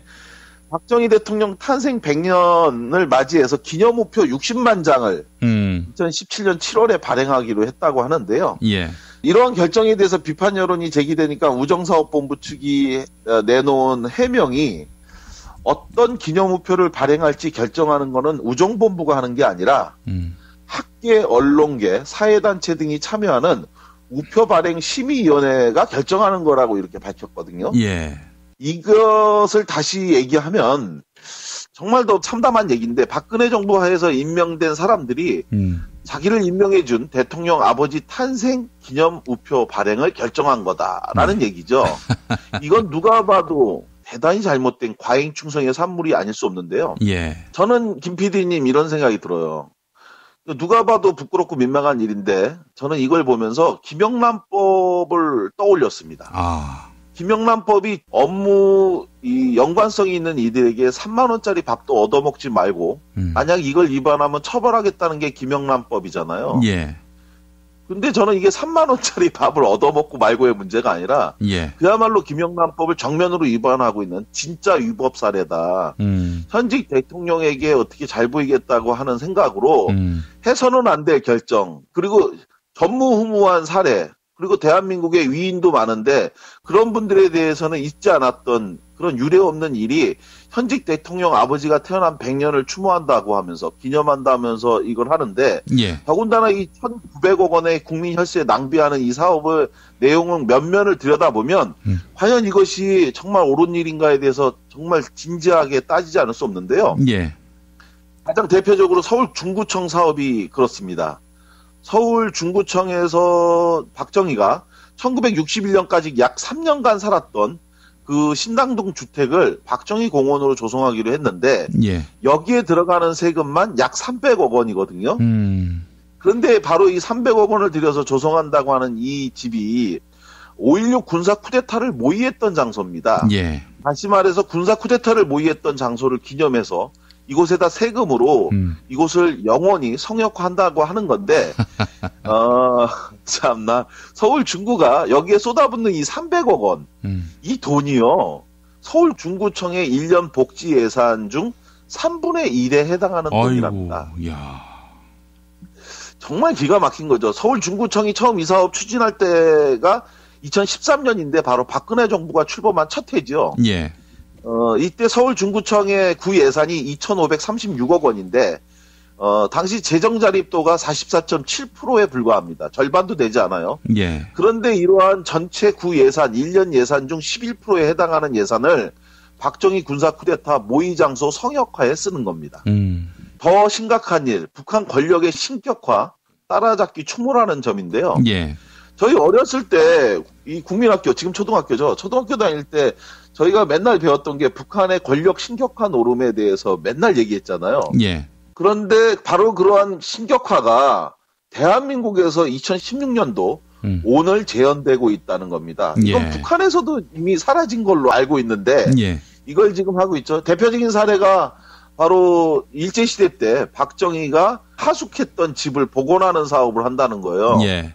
박정희가 일본 왕한테 한 목숨 다 바쳐 충성함 박정희라고 혈서를 쓰고 난 다음에 만주군관학교를 갔거든요. 예. 이렇게 만주군관학교를 가기 잠시 동안 약 3년 동안 문경초등학교 교사를 했는데 그때 하숙했던 집을 복원한다면서 무려 17억 원을 문경시에서 쓴다고 하는 겁니다. 예. 문경시는 정말 재정이 열악한 동네인데 자기 집도 아니고 하숙했던 집을 복원한다면서 17억 원을 쓴다는 것. 그리고 또 두 번째 기가 막힌 우상화 노름은 울릉도에 관사를 복원한다는 건데요. 울릉도에 가서 예. 62년도 당시에 박정희가 정식 대통령이 아니었을 때입니다. 예. 1963년도에 대통령 선거에 나가서 취임했기 때문에 이때는 대통령이 아니라 국가재건 최고회의, 즉 쿠데타를 통해서 국회를 해산하고 쿠데타를 계속 유지 연장하기 위한 의도로 만든 불법적 기구인 국가재건 최고회의라고 하는 곳에 의장을 하고 있을 때였는데 이때 당시에 울릉도를 방문해갖고 하룻밤을 잔 관사가 있는데 이 관사에 경상북도가 12억 원을 투여해갖고 복원한다는 겁니다. 예. 이게 전부 이제 살아있는 권력에 아부하기 위한 일인데 이렇게 웃음을 사는 것 중에서 또 하나가 바로 동상 이야기를 하지 않을 수 없습니다. 동상? 예, 박정희 동상인데 박정희 고향인 구미시 상모동에 세워진 동상이 있습니다. 그 동상의 높이가 무려 5m가 됩니다. 어이구야. 5m 동상. 이거는 우리가 그 맨날 비웃었던 그 북한의 김일성 동상. 예. 그 거대한 동상 앞에 사람들이 고개 숙이고 있는. 그런데 이제 바로 우리나라에 이런 5m나 되는 동상을 세웠는데 이것이 대한민국의 자랑이 아니라 오히려 부끄러움으로 영원히 기억될 일이죠. 자, 이렇게 이 우스꽝스러운 박정희 추모 행사의 모든 정점은 바로 박근혜 대통령, 현 대통령이 책임이라고 얘기하지 않을 수 없는데요. 예. 박근혜 대통령의 그 아버지에 대한 효심 깊다는 것, 이건 유명한 얘기죠. 이 유명한 효심의 환심을 사기 위해서 각 지자체장들이 무리하게 사업을 추진하고 있는데, 물론 이거에 대해서 박근혜 대통령 2013년 6월 12일 날 이런 발언을 했습니다. 자기 취임하고 나서 경쟁적으로 여기저기서 세금을 들여갖고서는 추모 사업 한다고 하니까 말하기를 뭐라고 했냐면 국가 경제가 어렵고 힘든 상황에서 예. 국민 세금을 들여서 기념공원을 만드는 건 바람직하지 않다고 생각한다. 이렇게 반대 입장을 밝힌 적이 있어요. 예. 그런데 역설적으로 이 발언이 있고 난 이후에 오히려 국가 세금을 쏟아부어서 박정희 우상화 행보가 더욱 심해졌는데 이후에 이 발언 한마디 하고 그 어떤 제동도 걸지 않았다는 겁니다. 특히나 최근 들어서 이 박정희 탄생 100년과 관련해서 세금 1,900억 원을 들여갔고요. 이 추모 행사, 탄생 기념 행사 하는 것에 대해서 논란이 불거진 게 어제 오늘의 일이 아닌데 그 어떤 제지나 명확한 입장 한번 내놓지 않고 있는데 자, 이 이유는 뭘까요? 박근혜 대통령의 최대 공적은 많은 사람들이 이야기하는 게 하나입니다. 박정희의 딸로 태어났다는 것. 그거 외에는 예. 대한민국을 위해서 이뤄낸 어떠한 공적도 찾아볼 수가 없는데 그렇죠. 자, 그 배경으로 박근혜 대통령이 이제 1979년도 10월 26일 아버지 박정희가 사망하고 난 다음에 그리고 나서 대한민국의 정계에 나타난 것은 1998년도 대구 달성에서 있었던 국회의원 보궐선거에서 당선되면서였거든요. 예. 이때 당시에 박근혜 대통령 자기가 정치하려고 하는 첫 번째 이유에 대해서 한 얘기가 뭐냐면 아버지의 명예회복을 위하여라고 얘기했습니다. 예. 박근혜 대통령은 1980년대에 대해서 늘 회상하기를 고통스러웠다고 얘기했는데 그 이유는 아버지 재임 기간에는 유신만이 살 길이라고 하면서 아부했던 자들이 아버지가 죽고 나자 유신이 문제였다고 말하는 걸 보면서 이 배신자들에 대한 정치적 배신자들에 대한 인간적 배신자들에 대한 분노를 참을 수 없었다라는 이야기를 종종 했습니다. 예. 그런데 지금 박근혜 대통령이 바로 그 아버지의 길을 걸어가고 있는 건데요. 박정희 동상 이미 여러 곳에 세워져 있는데 말씀드린 것처럼 5m짜리 구미시 상모동에 세워져 있는 동상을 비롯해서 그가 쿠데타를 하고 나서 대장으로 셀프 진급한 후에 전역을 했던 철원 군탄공원에도 그의 동상이 세워졌고요. 정말 참 기가 막히네 진짜. 그리고 또 카이스트에서 그의 실제 키인 160cm보다 더 큰 2m짜리 동상을 또 세웠어요. 3억 원을 들여서. 자, 저는 이거에 대해서 박근혜 대통령이 정말 진지하게 생각해야 된다라고 생각하는데요. 아마 제가 언급한 이 세 개의 동상 외에도 더 많은 동상이 있을 겁니다. 그런데 과연 박근혜 권력이 끝나고도 이들 세워진 박정희 동상은 영원히 그 자리에 있을까요? 세워진 동상 영원할 수 없습니다. 더구나 진정한 마음으로 세워진 동상이 아니라 거짓과 아부와 위선의 마음으로 세워진 동상은 더욱 그렇죠. 지난 8월 30일 철원의 군탄공원에 세워진 박정희 동상 밑에 이런 글귀가 있었는데요. 내 일생 조국과 민족을 위하여라고 하는 그 문구가 써 있었습니다. 예. 하지만 많은 이들은 알아야 합니다. 박정희가 혈서로 일본 왕에게 피로 썼던 그 약속, 한 목숨 다 바쳐 충성함 박정희라고 하는 이것에 대해서 박정희는 아무런 반성도 없이 죽을 때까지 한마디 사과도 없이 그리고 생을 마쳤는데요. 자신이 힘이 있다고 밀어붙여서 오늘날 이 거대한 추모 행사를 하는 것은 사실은 거대한 추모 행사가 아니라 거대한 코미디라고 하는 점입니다. 그래서 야당이 잘해야 되는데요. 이런 코미디 같은 일로 국가 세금 쓰는 일 방치하는 건 역시 또 다른 공모자입니다. 예. 딸이 아버지 탄생 100년 맞아서 추모 행사 자기 주머니에 있는 돈을 써서 얼마를 쓰든 그건 관여할 바가 아니지만 이건 다른 문제죠. 예. 친일 반민족 행위자고 현정 질서 유린한 쿠데타 범죄자고 또 18년 장기 독재를 위해 법과 질서를 유린했던 그런 독재자를 추모하기 위해 국민 혈세를 쓰도록 방치하는 것은 자라나는 우리 아이들에게 매우 잘못된 인식을 주는 건데요. 성공한 쿠데타는 처벌할 수 없고 또 오히려 성공만 하면 대대손손 영원히 잘 산다는 이 그릇된 인식이 계속되는 한 대한민국은 자랑스러운 민주국가가 될 수가 없습니다. 그래서 저는 그때 비록 총칼의 힘으로 우리가 억압당해서 할 수 없었지만 역사는 망각하지도 않고 용서하지도 않는다는 준엄한 심판이 있어야 되는데 그것이 바로 진짜 역사 정의라고 생각합니다. 그래서 제가 오늘 하는 이야기의 핵심은 이겁니다.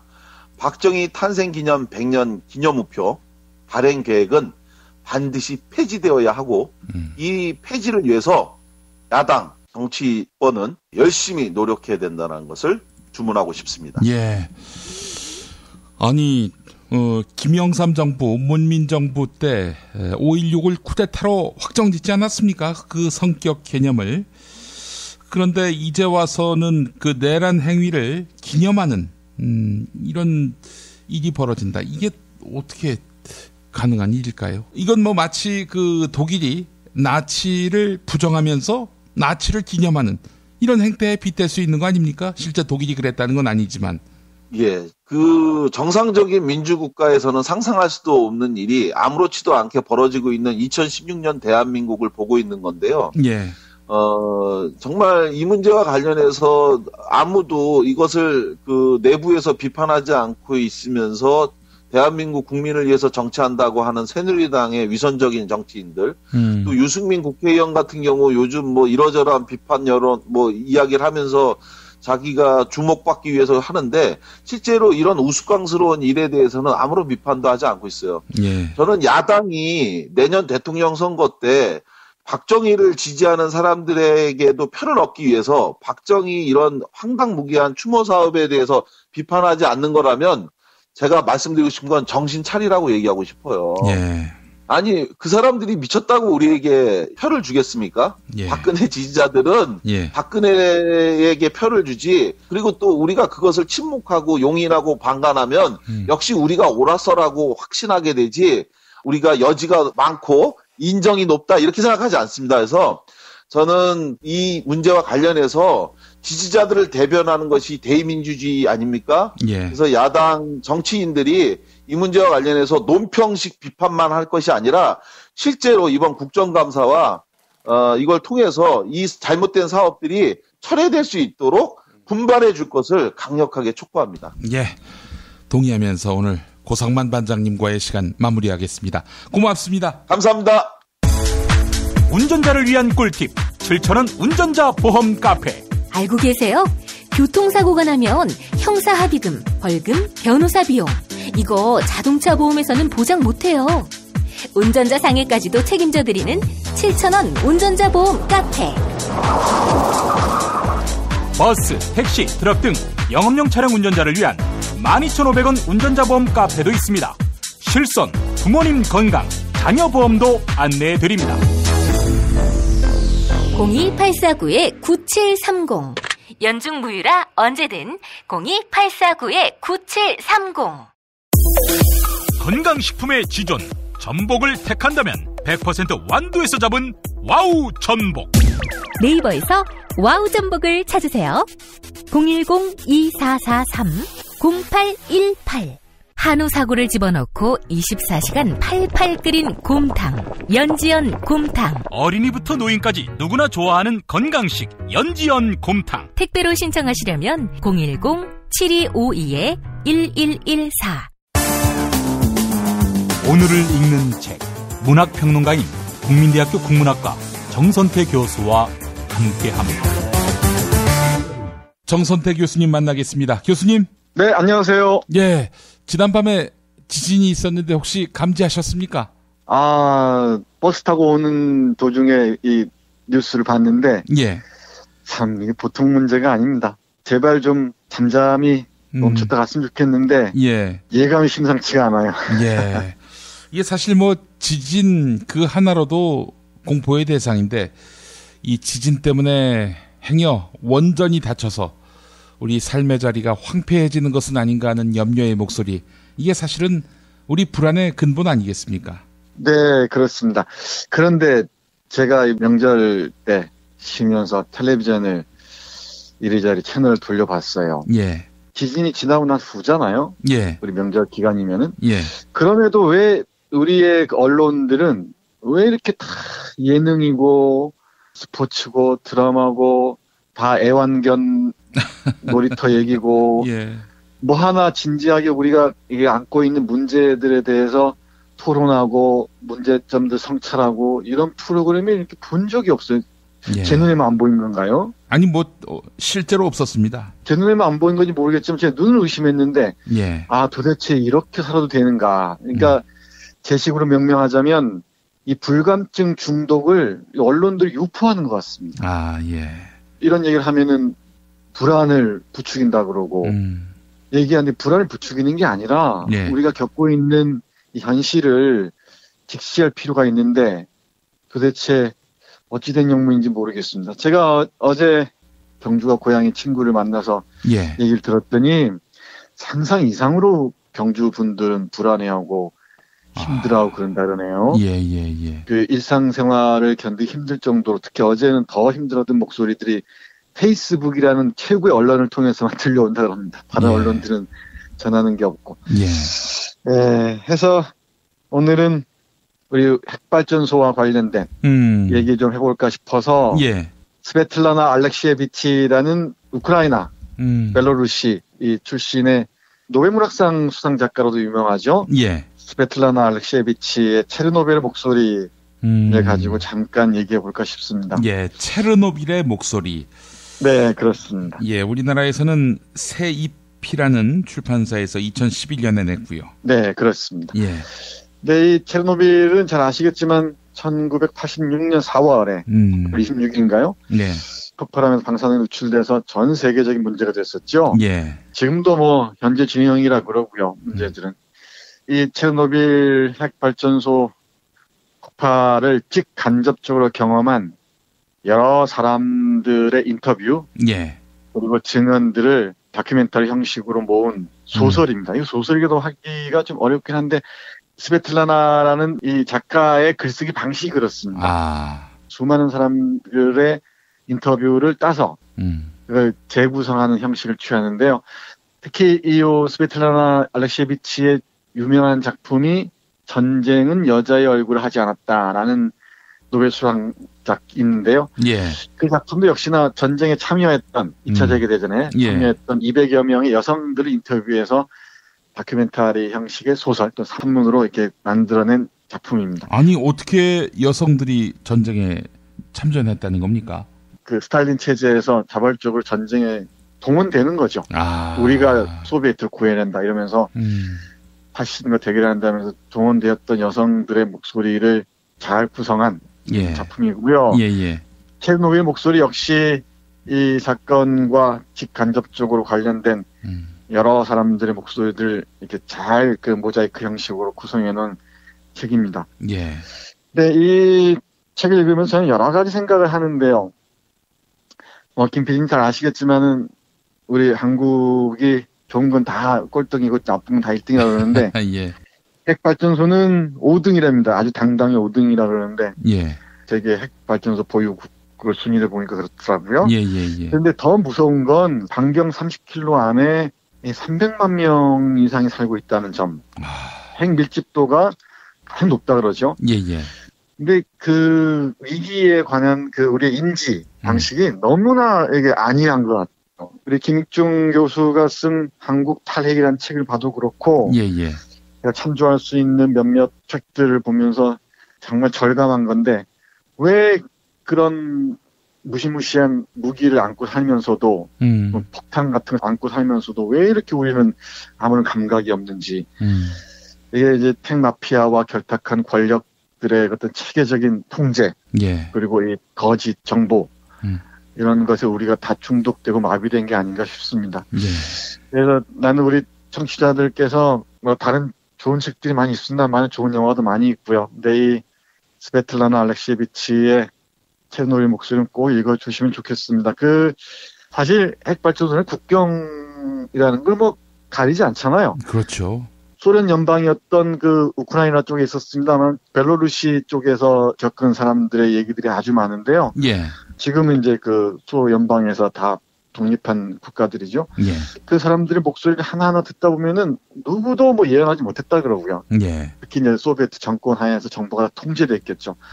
그리고 잠시 동안 핵발전소 영역에 있으니까 뭐 경제적으로 지원이 있었겠죠. 예. 그러니까 그 단맛에 전혀 위기감 같은 거 느끼지 못했던 사람들이 삶의 터들 다 빼앗겨버리고 사랑하는 사람들 다 잃어버리고 투투화되어 있는 삶의 현장을 떠나서 다 또돌이가 돼버리고 예. 또 온갖 질병으로 고통스러워하고 그런 삶들을 하나하나 보다 보면은 우리가 이렇게 그냥 좋은 소리 하면서 살아도 되는지 정말 궁금합니다. 그래서 제가 몇 구절만 일단 보고 얘기를 이어나가겠습니다. 예.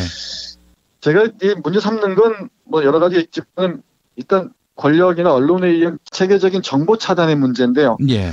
역시나 이 글에 등장하는 많은 사람들도 이렇게 얘기합니다. 잠깐 들어볼까요? 예. 당시 원자력 발전소에 대한 나의 태도는 천하태평이었어요. 고등학교, 대학교에서는 원자력 발전소가 무에서 에너지를 창조하는 꿈의 공장이라 배웠고 그 안에서 흰 가운을 입은 사람들이 그냥 버튼만 누르고 앉아있는 줄 알았어요. 체르노빌 폭발은 준비되지 않은 민중의 인식을 배경으로 일어났고 당시 사람들은 기술에 대한 절대적인 믿음을 갖고 있었어요. 이런 식이죠. 예. 그러니까 뭐 아무런 관심도 갖지 않고 뭐 청정에너지, 친환경에너지, 뭐 선진에너지 이런 얘기를 하잖아요. 예. 근데 다 거꾸로 얘기가 되죠. 정말 그 사악한 에너지고 우리의 삶을 순식간에 초토화시킬 수 있는 에너지인데도 이런 식으로 우리가 다 알고 있습니다. 그러면서 더 문제가 되는 건 이른바 지식인들, 과학자들이나 의사들이나 이런 사람들이 권력에 동원돼서 이 핵 에너지를 다 지원 사격하죠. 예. 깨끗하다. 제일 값싼 에너지다. 핵 발전 에너지가 없이 우리가 어떻게 사느냐 등등의 이른바 거짓말들이죠. 우리 뭐 여러 사람도 얘기하지만 예. 거짓말들을 퍼뜨리면서 우리가 무감각증에 길들여지게 만드는 거죠. 이런 그 여러 진술들, 이 전언들을 보면서 저는 이 알렉시에비치의 이런 얘기가 정말 꿈속에서 본 풍경이었으면 좋겠어요. 근데 제 예감이 맞지 않았으면 좋겠는데 이런 그 지질학적 징후가 지금 보이지 않습니까? 이리저리. 예. 그러니까 지진도 지진이지만 이게 쌓이다 보면은 뭐 액상화 이런 얘기도 표현도 쓰고 그러는데 제가 잘은 모릅니다만은 표면이 약화되다 보면은 정말 이리저리 흔들릴 텐데 어제 뉴스 보니까 지진 발생하자마자 원전 이상무 이런 그 그거 나오던데 저는 그런 사고가 어떻게 가능한지 모르겠어요. 그러니까 바로 폭발해야만 이상 유인 건지 세밀한 점검 이런 것도 하기 전에 이상무 이런 걸 언론에 퍼뜨리는 이 의도가 무엇인지도 참 궁금합니다. 그리고 앞에 잠깐 말씀드렸는데 원전은 국경을 넘어서잖아요. 예. 10일 전에 있었던 3.11 후쿠시마 원전은 물론이고 예. 지도 펴놓고 보시면 아시겠지만 중국 동해안 쪽에 원전 핵발전소들이 쫙 배치되어 있다는 거 잘 아실 겁니다. 예. 우리 한국의 원전도 원전이지만 중국의 이 핵발전소들 조금이라도 문제 일으킨다면은 우리의 삶은 어디로 갈지 참 난감하게 이를 데가 없습니다. 이 체르노빌의 목소리를 보면서도 난감 교차하는데요. 예. 모든 거 잃은 다음에 이 통곡들, 탄식들, 회한들 이걸 어떻게 하겠습니까? 예. 우리 이 팟캐스트 김용민 브리핑이 없어지기를 바라는 정말 그 사람 중에 한 사람입니다. 언론이 정상화돼서 공공 언론이 정말 살아서 문제들을 짚어줬으면 좋겠는데 예. 언제나 그런 날이 올지 네. 모르겠습니다. 그런 날이 왔으면 좋겠습니다. 저도. 네.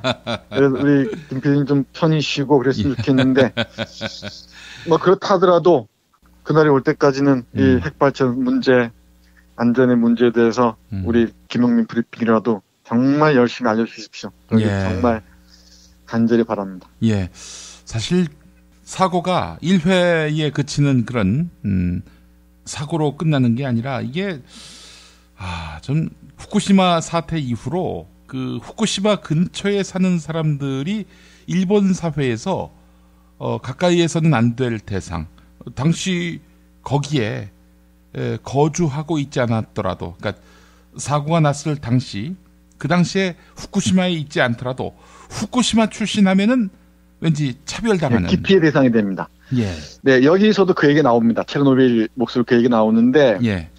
그 체르노빌 핵발전소 근처에 살았다는 것 자체가 이제 금기가 됩니다. 말하는 것 자체가. 왜냐하면 다 기피 대상이 되고 결혼할 수 없다는 낙인 찍혀버리고 뭔가 차별의 그 이유가 되죠. 그러니까 뭐 이건 단발적으로 끝내는 게 아니고요. 지속적으로 우리의 그 삶의 환경 자체, 내 관계 자체를 모조리 파괴해버리는 일입니다. 이게 핵발전소는 핵발전소라는 그 물리적 사태로 끝내는 게 아니고 인간이라는 게 무엇인가에 대한 근본적인 질문을 포함해서 정말 이렇게 살아도 되는 거에 대한 문제와 질문들을 동시에 던지는 거라고 생각을 해요. 예. 알겠습니다. 오늘 큰 고민의 주제를 남겨주셨습니다. 오늘 소개해 주신 책은 체르노빌의 목소리. 체르노빌의 목소리. 우리가 뭐 단순히 공포로 그칠 것이 아니라 이 핵발전소의 문제의 근원을 한번 짚어보는 데 있어서 좋은 교재가 될 거라는 생각도 듭니다. 체르노빌의 목소리. 교수님, 이 글이 어렵진 않습니까? 네, 안 어렵습니다. 이건 정말 중학생들도 읽을 수 있습니다. 예, 알겠습니다. 자, 오늘도 교수님과 함께 했습니다. 교수님 말씀 감사합니다. 네, 고맙습니다. 제주에서 친구랑 재미있게 놀고 싶은데 문자당에 물어봐. 원룸 구할 때 주의할 점? 문자당에 물어봐. 수술 입원 후에 보험금 받았나 확인은? 문자당에 물어봐. 친환경 유기농 농산물 어디서? 문자당에 물어봐. 집수리 견적, 생활, 보험, 법률도 문자당에 물어봐. 혹시 내 반쪽도? 포털이나 카카오톡, 텔레그램, 페이스북 어디서든 문자당을 검색해보세요. 잠깐! 불법적인 일은 사양합니다. 한국은 독재를 해야 돼. 하나님이 독재하셨어, 하나님. 이런 걸 해결하는 분이 고 박정희 대통령인 줄로 믿습니다. 특별히 전두환 사령관을 위해서 하나님 앞에 기도합니다. 누가 경제 살려달라고 대통령 세웠어? 우리가 장로님을 대통령 세울 때는 종북주의자 척결해 달라고 세운 거야. 혐오를 부추기고 자본에 탐닉하는 교회. 그렇게 예수로부터 멀어진 한국 개신교를 전면적으로 해부했습니다. 한국 개신교와 정치. 한국 개신교에서 가장 핫한 인물, 문화학 박사 김용민이 심혈을 기울여 만든 한국 개신교와 정치. 소명출판에서 나왔습니다. 매일 일부 코너지요. 뉴스 듣기 평가 당첨자.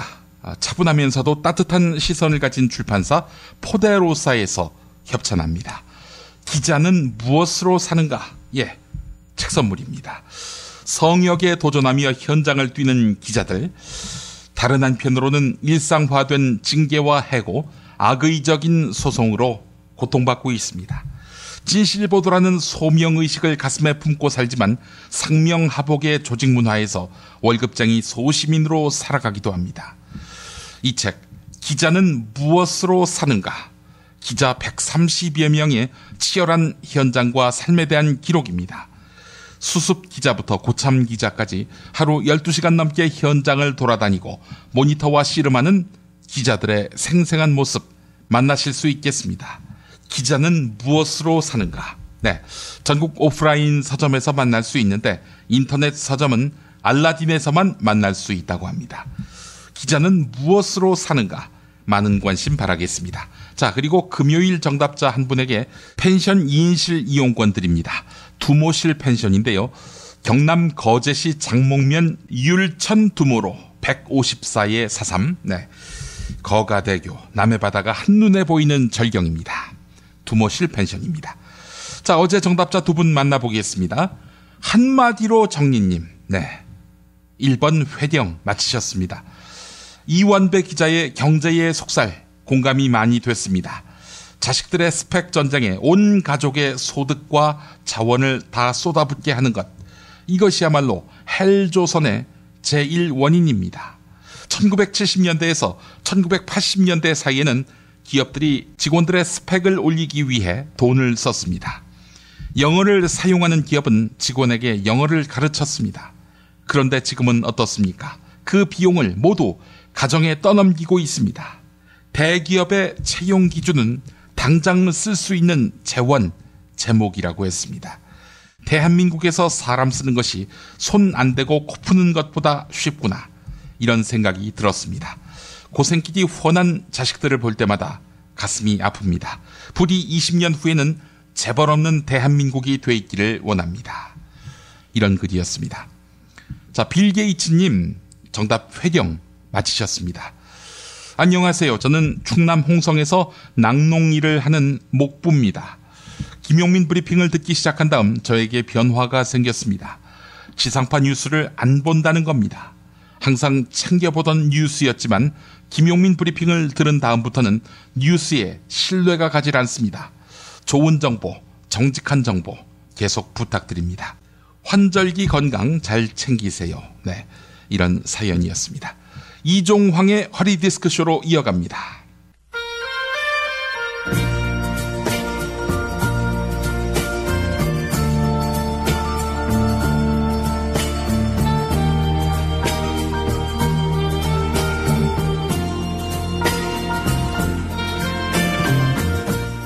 여러분 안녕하십니까? 여러분의 DJ 이종황입니다. 이종황의 허리디스크쇼, 여러분의 신청곡과 사연으로 함께하는 시간입니다. 오늘은 자신을 MB에 둘도 없는 시다발이라고 소개한 강만수로님의 사연입니다. 이 선생님 안녕하십니까? 저는 반백년을 경제인으로 살아온 강만수르라고 합니다. 요즘 저는 무슨 욕바지가 된 것 같습니다. 글로벌 금융위기도 내 탓, MB정권 경제 파탄도 내 탓, 대우조선 해양 부실도 내 탓. 이 국민들은 경제가 안 좋아지는 걸 모두 제 탓으로 돌리고 있습니다. 이러다가 경주 지진도 제 탓이라고 할 것 같습니다. 사실 저는 MB를 따라서 소망교회에 다닌 죄밖에는 없습니다. MB가 교회 봉사활동으로 앞마당에서 주차 관리를 할 때 시다발이인 저는 교회 2층에서 예배 시간에 헌금 거들어 다닌 거 말고는 한 게 없습니다. 몸통인 MB를 가만히 놔두고 꼬리도 아닌 손톱만도 못한, 아니 코딱지만도 못한 저를 구속하는 것이 말이 됩니까? 분하고 원통해서 머리카락이 빠지려고 하는데 이 선생님, 저의 이 답답한 마음 어찌해야 할까요? 네, 이런 안타까운 사연을 보내오셨습니다. 몸통은 놔두고 꼬리만 뭐라 하면 MB정부 핵심 기치인 공정사회에 반하는 것이 되겠지요. 외로움을 많이 타실 텐데 감옥 가시면 어쩌시려나. 이런 강만수르님께 이 난국을 타개할 방안 알려드리겠습니다. 즉각 중국으로 밀항하신 다음 나 죽었다 이렇게 소문내시기 바랍니다. 조희팔은 그렇게 해서 사라지지 않았습니까? 그리고 중국 가서 모발 이식을 하신 다음 최대한 머리를 길러서 락커로 변모한 다음 헤드뱅잉까지 한다면, 아니 누가 강만수르로 생각하겠습니까? 네? 조희팔처럼 하려면 4조가 필요한데 그 정도 돈은 없다고요? 다 써서 없다고요? 뭐 그럼 MB한테 빌리면 어떨까요? 네? 말 같지도 않은 소리 하지 말라고요? 그 인간이 10원 한 장 빌려줄 사람 같냐고요? 그럼 이건 어떨까요? 기업체로부터 삥 뜯는 건 누구 지시를 받은 거다. 그 지시는 다름 아닌 최순실한테 받은 거다. 나를 수사하고 싶으면 최순실부터 조사해라. 이렇게 뻥을 치는 겁니다. 최순실이 진짜 배후인지 아닌지 그거조차 수사할 리가 없는 검찰 아니겠습니까? 지레 강만수루를 조사도 안 하고 풀어줄 겁니다. 어떻습니까? 네? 최순실 여자 아니냐고요? 맞지요? 여성이지요. 게다가 돌싱. 네? 딴 여자하고 말 섞으면 마누라한테 얻어맞는다고요? 야, 이 새끼야! 그러게 왜 받아쳐먹고 지랄이야, 이 새끼야? 어? 그것도 코 묻은 푼돈을 말이야. 어? 해먹으려면 MB 정도는 해야지. 어? 사내대장부로 태어나서 게다가 일국의 경제부총리까지 한 사람이 어? 하여간 이런 어처구니 없는 사연은 즉각 처리해야 합니다.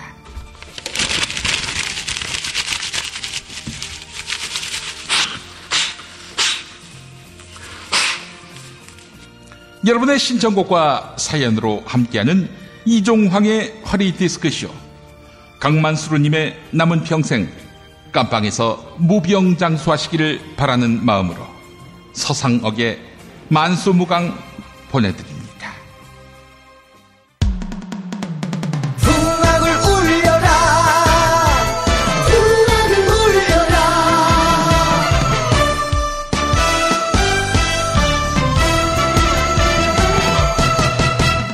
우리 어머니 만수무강, 피나이다 피나이다 만수무강.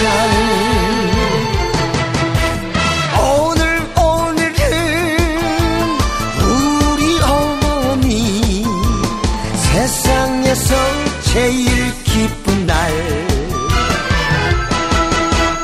온 동네가 떠나가네. 잔치 열렸네. 하늘보다 높고 높은 바다보다 넓고 깊은 사랑.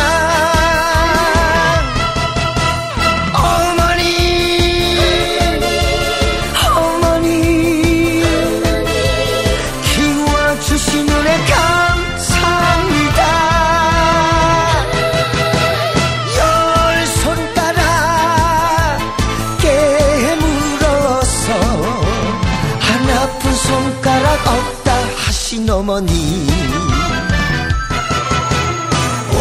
오래오래 아주 행복하게 만수무강하세요.